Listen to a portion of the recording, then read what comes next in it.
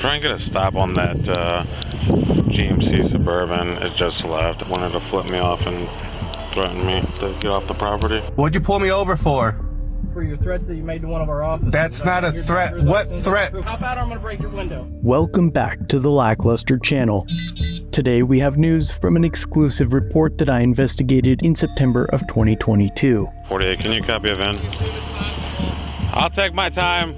For a brief recap, Josh Hall was leaving his home when Officer Malta of the Wright City Police Department noticed unregistered vehicles in his driveway. After a peaceful but unpleasant interaction, Josh left the scene, flipping Officer Malta off as he left. Officer Malta's hurt feelings caused him to lie over the radio, telling other officers in the area that Josh had threatened Malta. 48, can you copy a VIN?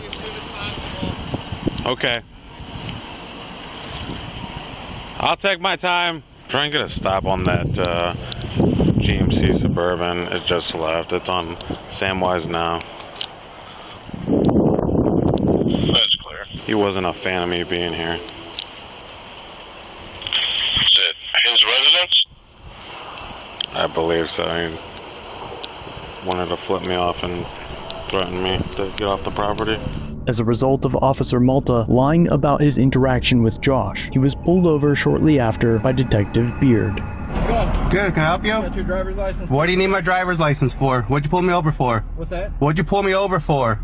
For your threats that you made to one of our officers. That's not a threat. What threat? What threat did I make to an officer? I need your driver's license proof of insurance. You need a reason to pull me over. I just gave you that. For what threat? I didn't make any threat to any officer. I haven't. No, I am not, because I did not break the law. So you're not going to give me your driver's license and proof of insurance, is that correct? For what? Flipping an officer off is not a crime. A threat to an officer is, I'm not going to... Flipping an officer off is not a crime. Flipping an officer off is not a crime. It's a constitutionally... It's a constitutionally protected activity. Right? How about I'm going to break your window? It's a constitutionally protected activity to flip an officer off. That's fine. You can flip him off. You can't make threats to him. I didn't make... What threat? What threat? What threat? Okay, first, tell me what threat I made to him. What threat? What threat? I'm gonna break your window. What threat did I make to him? What threat did I make to him? Driver's license, get out. I will. Here's my thing. Out of the car.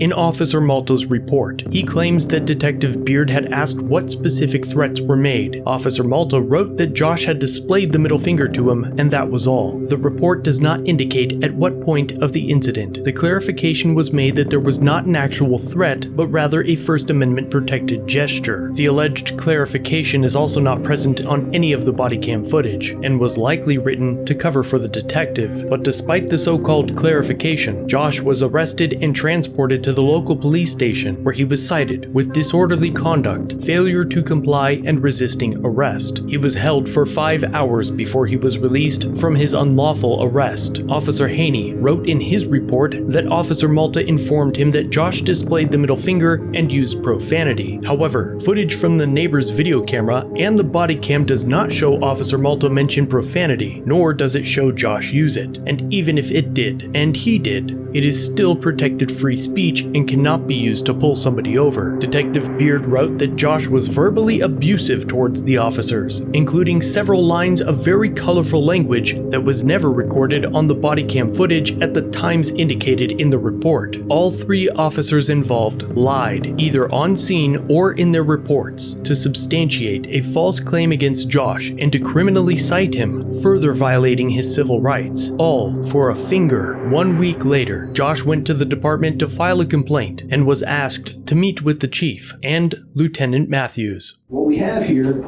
is a Sydney ordinance that has been on the books for some time that shows that the officers were acting in good faith in accordance with the city ordinance at the time. Wanted to flip me off and threaten me to get off the property. I believe this is in conflict with the First Amendment. Okay. That is protected speech.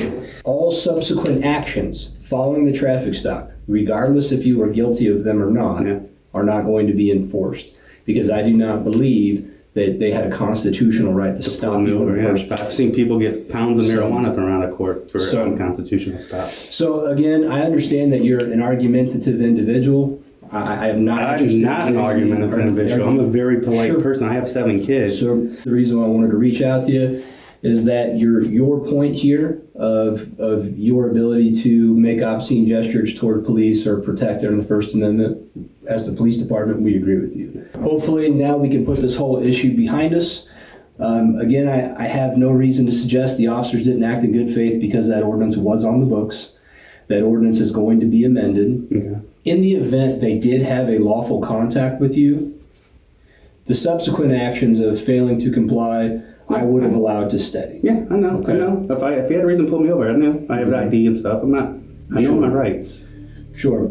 A few months after the incident, Detective Beard was fired from the Wright City Police Department. But it's not for what you might think. The fired officer is now suing the government along with the police chief and Timothy Matthews for alleged harassment and wrongful termination. The lawsuit alleges that Detective Beard was the subject of unprofessional and disparaging remarks by the chief, and that a review of Beard's professional performance was full of misleading and outright false statements, and that his firing violated state laws protecting public employees. The lawsuit alleges that Chief Canavan and one or more unidentified officers would text back and forth about Beard being fat and how he's going to get fired. Then, in September, the mayor and aldermen ordered that the police department conduct an internal investigation of the incident I covered, after Lieutenant Matthews allegedly issued a report stating that Beard was the only officer who violated department policy during the incident. 1 month later, the chief and Lieutenant Matthews delivered a termination letter to Beard and took possession of his department-issued vehicle. Beard then filed a wrongful termination lawsuit alleging retaliation for disclosing misconduct and intentional infliction of emotional distress. Josh also filed a lawsuit against the city, Detective Beard, Colin Haney, and Officer Malta for unreasonable seizure, abuse of process, free speech, assault, battery, malicious prosecution, and a Monell claim against the city for negligent hiring, failure to supervise, and for a custom of conducting unreasonable seizures and use of excessive force. So what I will say I also know my 1st, my 4th, my 8th was violated. I know my rights were violated. Mm-hmm. Okay.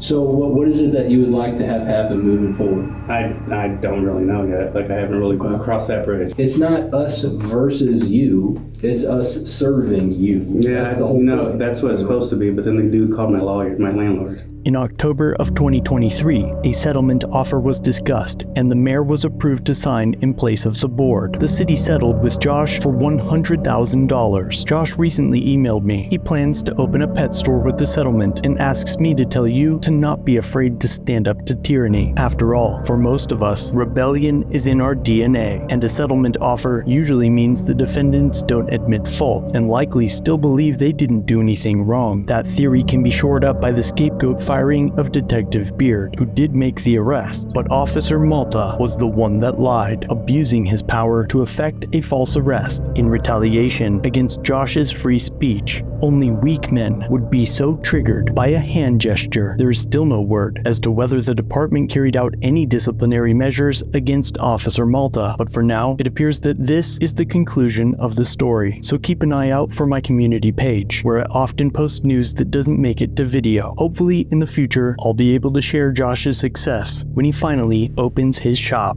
As always, let me know what you think about this interaction in the comments down below. And if you like this investigation, be sure to check out one of the other ones linked on screen.